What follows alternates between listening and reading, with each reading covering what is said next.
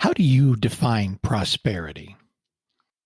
What can trip you up on your journey?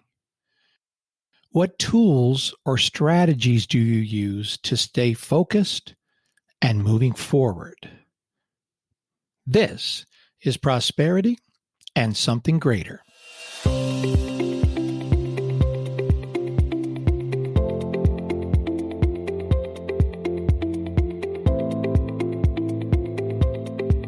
Hey everyone, this is Rem, your fellow traveler on this journey we've been taking together.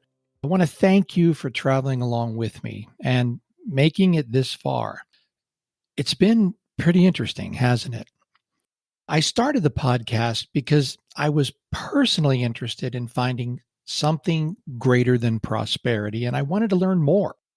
And I had a belief that I wasn't the only one. Actually, I knew it wasn't just me. I talk to way too many people each and every week to think anything else. And so the word prosperity really began resonating with me after I titled my first book, Podiatry Prosperity.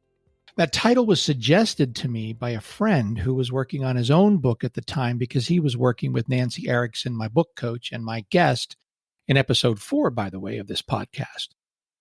And I started thinking about prosperity and what it really means. And as I've said in episode 1, it's not easy to pin down. It's actually very personal, as we have certainly heard. But I also wanted to look beyond prosperity to something greater, something transcendent. And that is a very dear goal for me.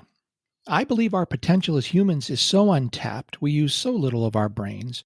And before I pass on, I am determined to live a much more transcendent life, to truly find joy and freshness and wisdom and prosperity and something greater.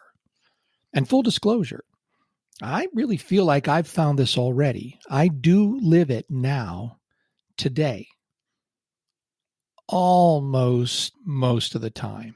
But I want to grow into it. And I feel, as I've often say, that I have tapped at it. By that, I mean something greater. But I've certainly not even approached what's possible in this life that I'm living. So here we are. I've returned to and I've listened to my first podcast multiple times now, that there are 13 episodes between me and that first episode. And I said then that this podcast is set to become a journey of discovery. And it has been that, at least for me. And I'm not the same person who recorded episode 1. The journey has changed me, and I sincerely hope and believe it has done that for you too. So what now? In today's episode, I'm going to share some of what I've learned from the podcast with you in the hope that it helps us both see this even a little more clearly. And here's a programming note. This is the final episode in season 1. We are going to then take a break, and I'm going to post a mini season, 3 episodes, that's not going to be an interview format about prosperity as I've been doing. And I think you're going to enjoy these different episodes, and I'll be sure to let you know when they're published. Then we'll take another break, and season 2 will begin with new guests and even more perspective on this journey. And please, if you have any thoughts to share with me, positive or critical, I can take it. Please email me at rem@toppractices.com. And if you have a guest to recommend, please let me know your thoughts about that as well. Prosperity and money. Did you notice that with very little exception, everyone mentioned money, and almost everyone said they didn't think that was their key measure of prosperity? I certainly noticed it, and I've thought about that quite extensively. Did you also notice that everyone had pretty much sorted out money and possessions already? John Gould said, yeah, he's got 2 houses, the boat, and the lifestyle he wants, but those are byproducts of his work and his mission. Brian Beckham said he realized he had enough. He didn't need more. Not that he was retiring or not achieving more. He's definitely planning on doing that. He just realized he has everything he wants or needs. Enough. My quote Money doesn't make you happy, but being happy can make you a lot of money seems, I think, to hit it pretty much in the center of the target. I didn't originally interview anyone who didn't, at least outwardly appear to me, to be prosperous in their own right. And it's true, money is not an end and it's not prosperity. As in Brian Beckham's story about his extremely successful and miserable first boss, also the story he said about the billionaire who didn't have enough. But prosperous, happy people, at least our guests, have seemed to work out the question of money and consider it to be secondary to happiness as they see it. And happiness, as they define it again in varied ways, is very high on the list for everyone I spoke to on this podcast. Money doesn't make you happy, but being happy can make you a lot of money. Everyone affirmed this simple thought in one way or another. So how about you? I've worked this out for myself. I do know this, and I think it's why I was able to formulate that quote. What is your relationship to happiness? And then, can you see a line between that and money? Prosperity and happiness. Everyone really made me think about happiness, but I'd like to take a look at Dan Buettner and his thoughts that were so guided by his research on happiness. So Dan says he sees happiness as a measure of life satisfaction, how we evaluate our lives. Next, how we experience life and how we enjoy life. And purpose, how we are living out our purpose. How would you describe your happiness using your life satisfaction? How are you enjoying your life? And how are you living out your purpose? There's a wonderful and very interesting blog called Wait But Why. And one of the posts examines the weeks of our lives. If you live to be 90 years old, you will live 4,680 weeks. Now, does that sound like a lot to you, or does it sound like less than you would have guessed? I think it sounds pretty small. And it points out the importance of not wasting any weeks you have left. Not one, not even one day. The blog points out that each week you have a choice. You can enjoy your week, and that is a good thing. It is a very good thing. But if you enjoy it at the expense of enjoyment in the future, that's not so good. So abusing alcohol or drugs might be fun in the moment, but long-term is not good. Spending beyond your means, not good. Now, you could also spend your week improving your future or the lives of others, and that is good, very good. But if you didn't enjoy that week and it seems to be the norm, that is not good. And if you neither enjoy your week and you didn't build something important for your future or others, then that week is a failure. The ideal is to enjoy your week and improve your future or the lives of others. That is the sweet spot. I think this is what Dan is talking about with his thoughts about purpose, life satisfaction, and enjoyment of life, or in his words, a measure of happiness. Happiness seems to me now to be at the core of prosperity. And I'll say it again, it contributes to your financial success as much, if not more, than anything. So don't get this backwards and think money makes you happy. It is the opposite. And you can do something about that this week and every subsequent week of your life. Freedom and happiness. In the first episode, I shared the story of Jayber Crow, the barber in Wendell Berry's fictional town, and how he never wanted the man on the other side of the desk to be able to tell him how it was going to be. This is a big reason I started Top Practices. I had had enough of being told how it was going to be, what I could earn, and if I could keep my job. Enough. So without knowing this theme, which was central to me, would be almost universal in everyone I spoke with at the time, I shared it at the outset of this journey. Everybody says prosperity is freedom, making their own choices, deciding who they work with, when they work, and when they can play, and then when they can be with their loved ones. How important is your freedom to you?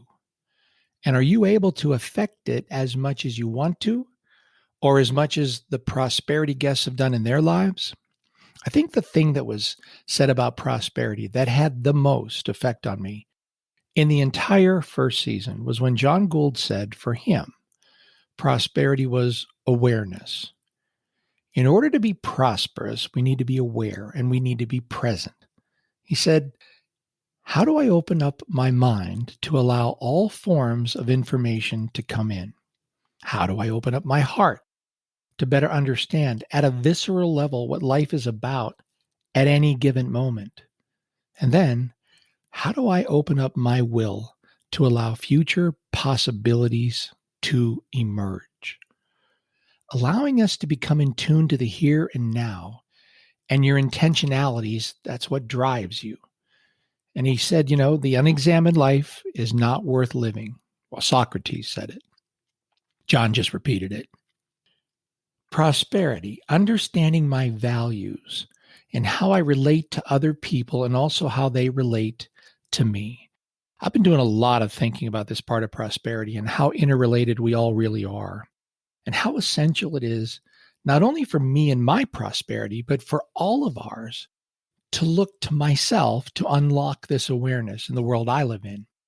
And then to use that understanding to do my part, no more, no less, just my part, to make it more prosperous. And it's here that I begin to realize how prosperity is truly deeply personal.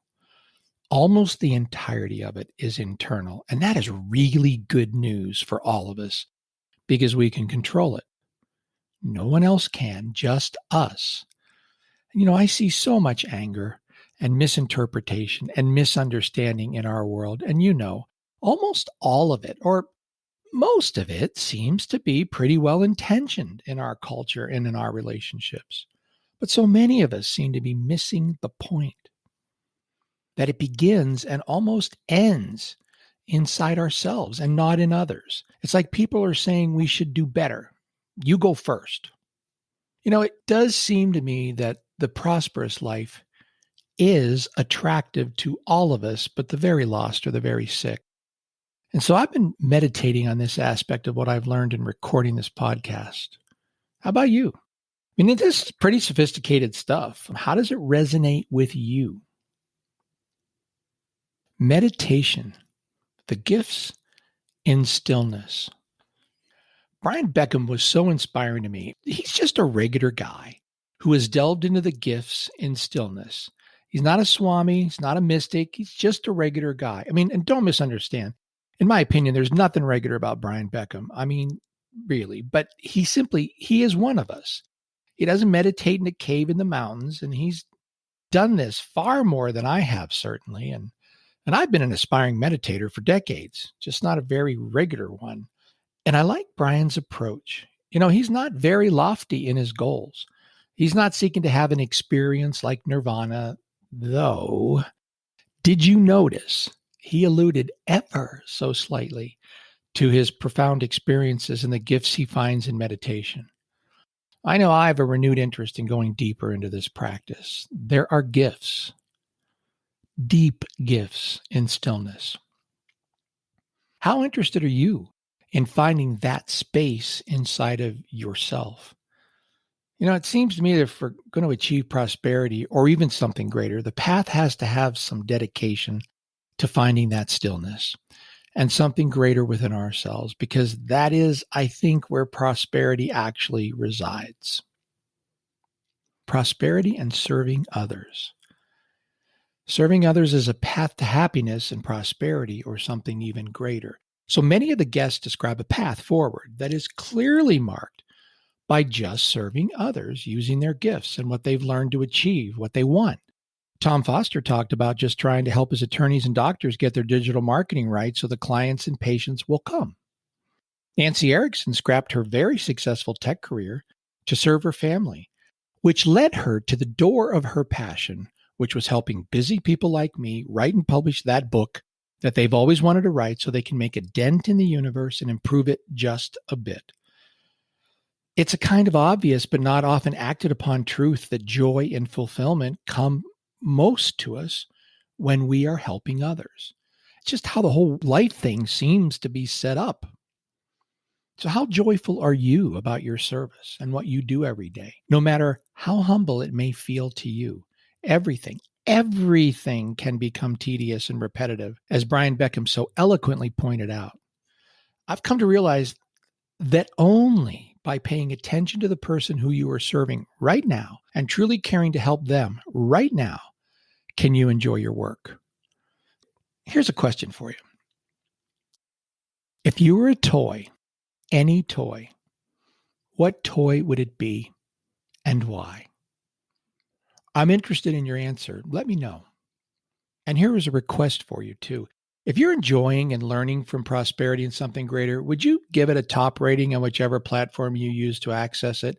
And would you tell a few friends? I'd like this to reach as many people as it can and help support them too. Now, I also know this. Your subconscious mind is your best friend and ally in this, all of this. Listen again to episode 1, where I describe Napoleon Hill's relationship with his subconscious mind and how I've adopted that in my own life. You know, at the end of every episode, I end with, smile when you wake up, and then have a really great day. Nothing is more important. And I believe it. I live it. I don't know what I would do without it now. So recently I awoke and I was doing just that, smiling, open up the vault where Sub had been keeping my worries and working on them. And I was looking for any new answers or insights. And then suddenly, with no work on my part at all, I saw this golden glow, kind of like a ball or a really, really small sun. And it appeared to be all around me. Now, by the way, just me be really clear about this. This was my eyes closed, okay? I'd like to be clear. I didn't have a light actually appear in my bedroom. I mean, nothing fancy like that, okay?